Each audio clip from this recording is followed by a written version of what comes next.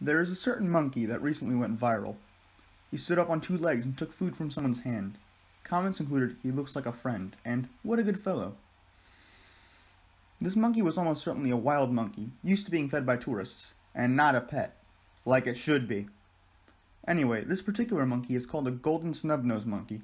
It is found in southwestern China and Nepal near the Himalayas.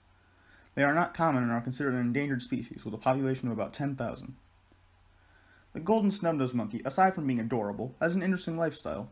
It, along with the other snub-nosed monkeys, lives at high altitudes and feeds on the few plants that can grow on the rocky surfaces, such as lichens and the leaves of some specialized trees. Their diet varies seasonally. Now let's talk a bit more about them. At the end of the video, I'll show you the famous clip.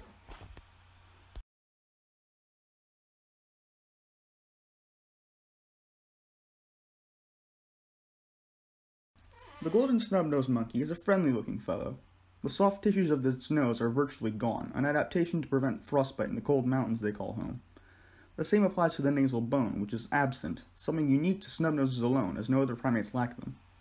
Male snub-noses are nearly twice the size of the females, and weigh about 16 kilos, or 35 pounds. That's a very hefty monkey. Golden snub-noses undergo many different colorations as they grow. They are gray at birth, brown in their juvenile years, and golden brown as adults. The golden guard hairs on the body are much larger in males than in females. Snub-nosed monkeys come equipped with other adaptations to their cold alpine habitat than just their noses. In alpine habitats, oxygen levels can be much lower than in the lowlands, owing to the thinner air. Snub-nosed monkeys, to compensate, have specialized blood vessels in their lungs that help increase oxygen uptake. They also have thickened hair on the backs of their fingers and toes, something unusual among monkeys to help prevent frostbite. Golden snub-noses are generalized locomotors, meaning they do not use any particular method of movement. They are mainly adapted for arboreal quadrupedalism and some leaping, much like some monkeys, or most monkeys, that is to say. However, they also have a few more unusual traits, such as a longer, straighter humerus. The intermembral ratio is much closer to neutral than in most arboreal quadrupeds. That is to say, it is closer to, the arms and legs are closer in length to one another. This is because they occasionally make use of suspension, or at least more than most other types of Old World monkeys.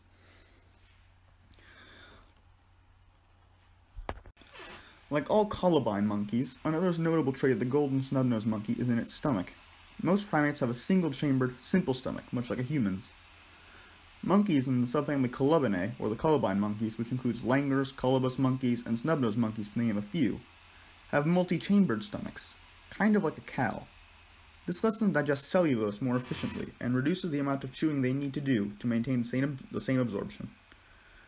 Whereas another folivorous primate, like a gorilla, comes equipped with a hugely strong set of jaws and a big belly to compensate for its relatively simple digestive tract. Monkeys in the subfamily Colobinae have smallish jaws and unimpressive bellies, because the energetically expensive traits of the huge jaw and the big belly are a hindrance for an animal that is already efficiently digesting cellulose.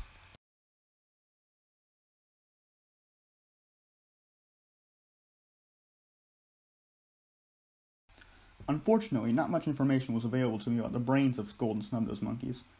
Most monkeys have very little data available in that respect. However, a lot of information was available about their behavior. Snub-nosed monkeys live in harem-like societies that resemble those of other colobine monkeys.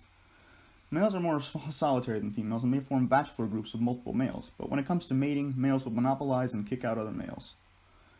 Females live in groups and mate with all the males in their range to confuse paternity and make males less likely to hurt their offspring. Female-on-female competition is just as common as male-on-male, as groups of females compete to have the attentions of whichever male is the strongest in the range, so as to gain his protection. Snub-nosed monkey groups have different names depending on their size and structure. A harem with one male and multiple females is called an OMU, or a one-male unit. A breeding band is a group of one-male units. A group of one-male units plus the bachelor males in their range is called a herd.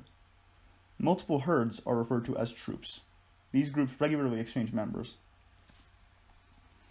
When faced with predators such as eagles or goshawks, female monkeys will hold their young tightly and turn away from the threat, shielding the youngster with their body.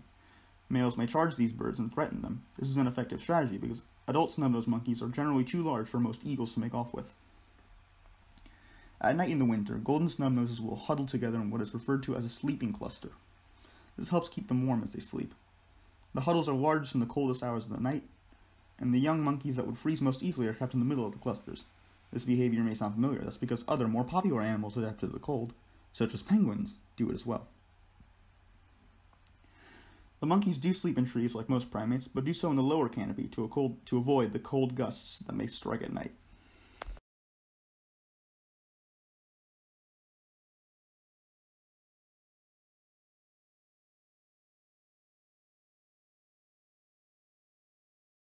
The golden snub-nosed monkey is obscure and rare, and is found mainly in China, a country that doesn't listen to foreigners much.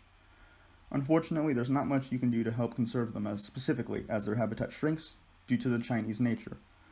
There exists a charity called the TNC, or the Nature Conservancy, that deals with the landscape around where golden snub-nosed monkeys live. So likely the best thing you can do for these monkeys is donate to them.